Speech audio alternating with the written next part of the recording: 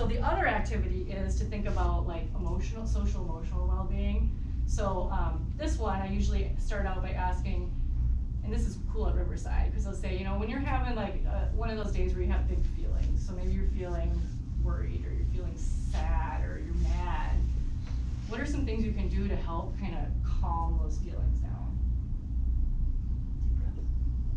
See, and these kids would say that, I was like, oh, you know, they'd say deep breath, because they've been working with Laura, because she's a mindfulness coach, it was pretty awesome. So yeah, they all would say breathe, and I was like, that's awesome, because most adults don't even know. Punch my brother. I would say eat chocolate, Eat some ice chocolate. cream. And wine. Yeah, I think it's good. That sounds good though. Journal, and drink some tea. Draw. Go hike. Call a trusted person. Stretch. Talk to a trusted person. Exercise. Dancing. So a lot of different ways we can Walk. Has anybody ever read this book? Yeah. Yes. Well, we're just gonna read it real quick because it's super Yeah, short, sure. okay? So when Sophie gets angry, really, really angry, so we're just gonna share what Sophie does when she's having big feelings. Granted, you know, you might be working with older kids, but actually I've read this with older kids too, and they were like into it, because like the moral of it is interesting. So first of all, we talk about, you know, you never just run off. Because I did have a mom point it out, she's like, I don't like that, the kid just runs away. I am wondering about So- climbing the tree. But the point of it is that she turns to nature when she gets angry or frustrated or whatever. So that can be one of those tools, and it's not gonna be for everybody. It's not. Forest therapy isn't for everybody, just like yoga and meditation isn't for everybody. So everybody, you know, finds their own way of calming and soothing themselves. But I think in nature there's a lot of different ways that you can connect and find a way in nature that feels comfortable. So that's a book you can use to like start that conversation. So when we think about well-being and this kind of well-being, medicine and nature being medicine, we sometimes hear about medicine pouches that different cultures around the world use, right? And so what kinds of things, if we think of like Ojibwe or Dakota medicine pouches, what might be in a medicine pouch? Tobacco. What else might be? Fire. Things to make fire? Sure. Sage, seed, Chamomile. sweetgrass.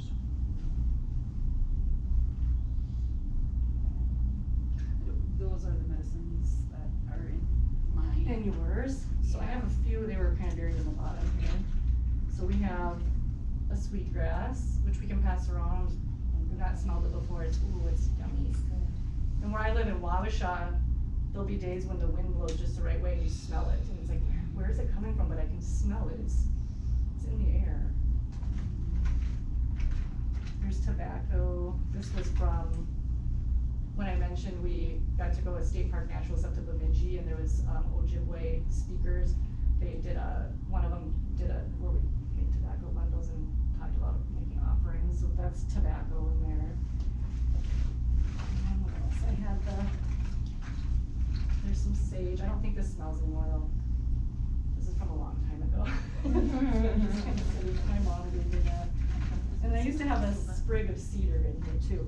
So and so feel free to jump in on this conversation, because I know there's people in this room that know more about this than me, but why are these specific herbs often in when we talk about Dakota or Ojibwe medicine pouches?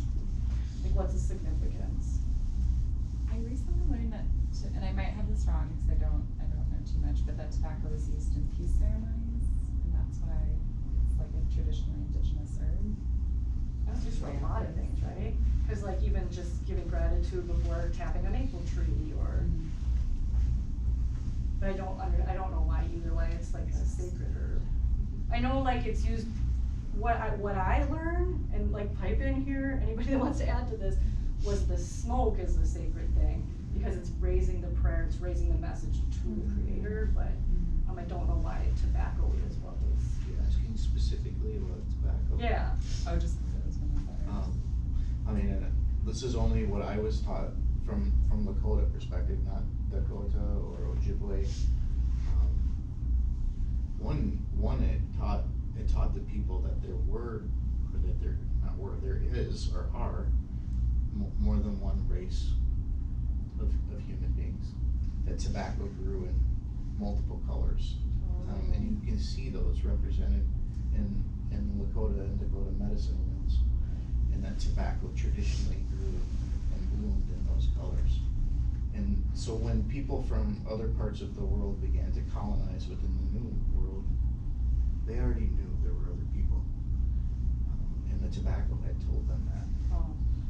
Also, like, sometimes the tobacco isn't like conceptualized in the same way like we think of like the tobacco you buy, you know, like somebody had Bossier dogwood harvesting Chachasha Yeah. in Lakota. I don't know, in Ojibwe what the term for it is. I've seen them. I've seen them.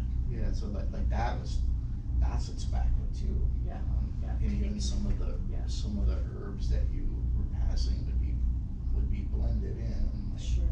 like osha or bear root and other. So I mean that would be one thing I was taught about tobacco. Definitely like the smoke piece and prayer within each offering into the Chanupa with the Lakota prayer, with each offering of tobacco into the bowl of the Chanupa or the pipe would be a prayer. I'm putting a prayer in with the tobacco.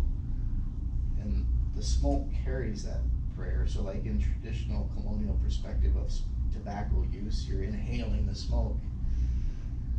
But that wouldn't really be the practice within Lakota use of the Chanupa, that you're puffing that, sending this prayer. It's easier for that prayer to be carried in the form of smoke. Like in terms of like even related to like what we're doing here in reciprocity of interaction, like making the offering of tobacco as I'm harvesting or I'm taking something and I'm repaying and honoring in reciprocity and relationship and honoring that relationship through practice, not just in like, I understand this, but like, no, I'm intentionally honoring and returning an offering because even like some of the people find it odd. Well, you're disturbing something in that process, or bring back a leaf, or I saw you making your offering this morning. Yeah, like, and again, like really about the intentionality of honoring that relationship. Those would be some things I think, like again, just from what like Lakota teachers taught me, or that I was able to just experience by being with them. They weren't like, I'm going to teach you this, but like observing and watching and being with, but also listening to them share those stories. It's like tobacco is a constant. Like I see people like, okay, every time they see a raptor tobacco, maybe that's because they have a relationship with raptor or raptors. Maybe every time they come to a cedar tree, they make an offering because they have that relationship with cedar. Or it's about honoring whatever connection or relationship they may have, and they're using tobacco in that way. Yeah. Not in like a dogmatic way, but in a like very intentional. Sure. Well, I know, so the sage, the sweetgrass, and the cedar, which is fascinating. When we were talking about the moss, there's antimicrobial and antibacterial properties. And so when we think about some of those ceremonies, that's like a smudging or a purifying before a ceremony or before a gathering.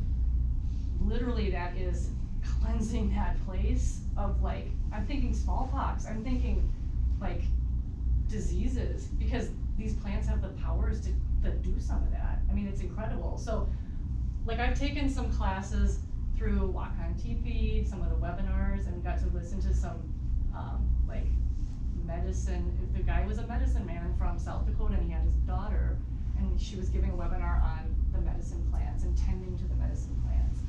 And she talked about the indigenous wisdom that her father has handed down to her, because it's all oral tradition handed down.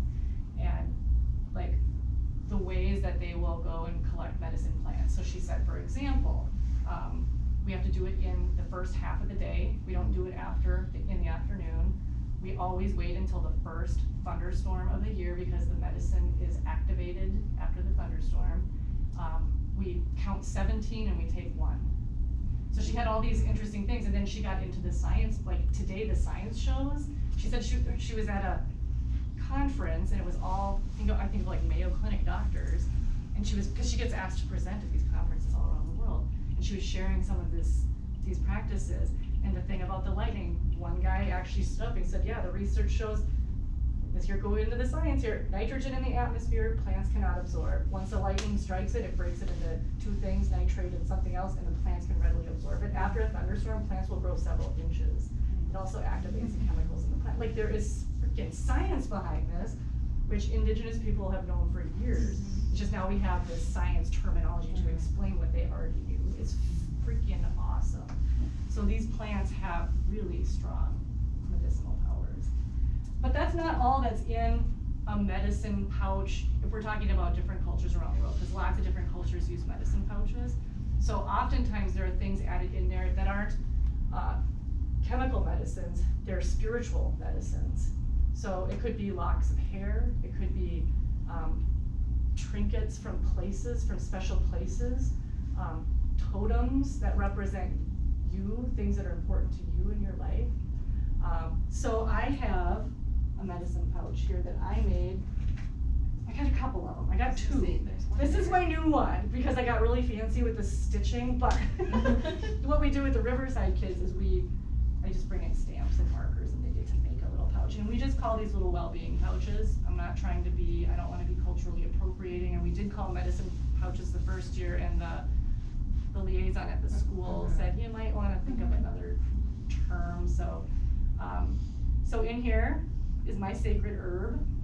This one is sage, because my oldest daughter's name is Sage. This is my husband's underwear that Yeah, stop the video. video. Stop And I don't like it when we waste fabric. You should see the bag of socks I have that all have holes in them. 'Cause I'm like, someday I'm gonna figure out what I can make out of socks with holes in them. So, but usually I pass this around, let everybody sniff it, and then I say, by the way. Did you tell that to the kids? Yeah, after we pass it Oh my around. gosh, that's awesome. Oh my God, you're mean. I love shocking them. A few other things in here. This is a walnut I found, and look at that. It's a happy face. Yeah. And that was like the forest like smiling back at me. I also put a shell that I found when I was out at the Pacific Ocean. If you've ever stood near the ocean, wow, you feel so tiny, and it kind of puts things in perspective. So that's just kind of a nice reminder of like, I am one tiny little thing on this massive, amazing planet. And then there's a fossil I found. This was found out at the fossil site not far from Whitewater State Park, so it looks like a little seashell. This is like 450 million years old. So once again, putting things in perspective, what seems like a problem to me is like nothing on the grand scale of the universe. And I'm lucky if I get 80 years on this planet. I want to try to enjoy all 80 years if I can. And then this is an agate. My grandpa used to polish rocks, and he would always let us like dig through his rocks and pick out the rocks we like. So for me, this connects me to my ancestors. This helps me think of my family, and also just like agates are a pretty cool thing. If you know the science, I'm not going to get into that because I'm really good at going off on tangents. But if you understand how agates forms, this is telling us about the volcanoes that were here in Minnesota like almost 1 billion years ago. That's pretty cool stuff. So my well-being pouch is a pouch that helps me be grounded when I'm having big feelings. I can squeeze this and smell John's underwear. I'm just kidding. That would be my but I can, There's no right or wrong yeah, answer. I can pull these little trinkets out. We have like so many days together. I can pull these trinkets out, and I can, kind of help put things in perspective. So these things are all personal to me, right? Each person's well-being pouch would be a little different looking. So for Christmas, I made well-being pouches for everybody in my family, and each one is different. My mom literally was like very emotionally moved by what was in there. And I gave them all some lavender from my garden, and they each got an agate that I collected from Lake Pepin, and like just personal things, you know, so put a lot of thought into there. We are gonna make a Wellbeing pouch. I just want to show you, it's super easy to do, and the kids love this. They absolutely love this. So you can get these, I didn't buy these all, you know, I didn't buy them in bulk for you all to take a huge bag home, but you can get these on Amazon for really cheap. They're just these little muslin pouches. So each you're gonna get one of these, and then what can I pass out? over there, you're gonna wanna slide in, there's these little brown papers I pre-cut because the markers will bleed through. You can decorate however you wanna decorate your pouches, and then I have something for you that I'm gonna give you tonight. If you wanna add it to your pouch, you can, you don't have to, but these are very special to me. Partly because of what I told you. So this is what my grandpa started doing with his agates later in life. Gotta do something. This isn't the only one. Oh, they say all sorts of things. So every grandkid has one with their name, right? But then he started getting really creative. This one sits on the mantle at home because I just think it's hilarious. I couldn't see it. This is this oofta. Oh my gosh. Yeah.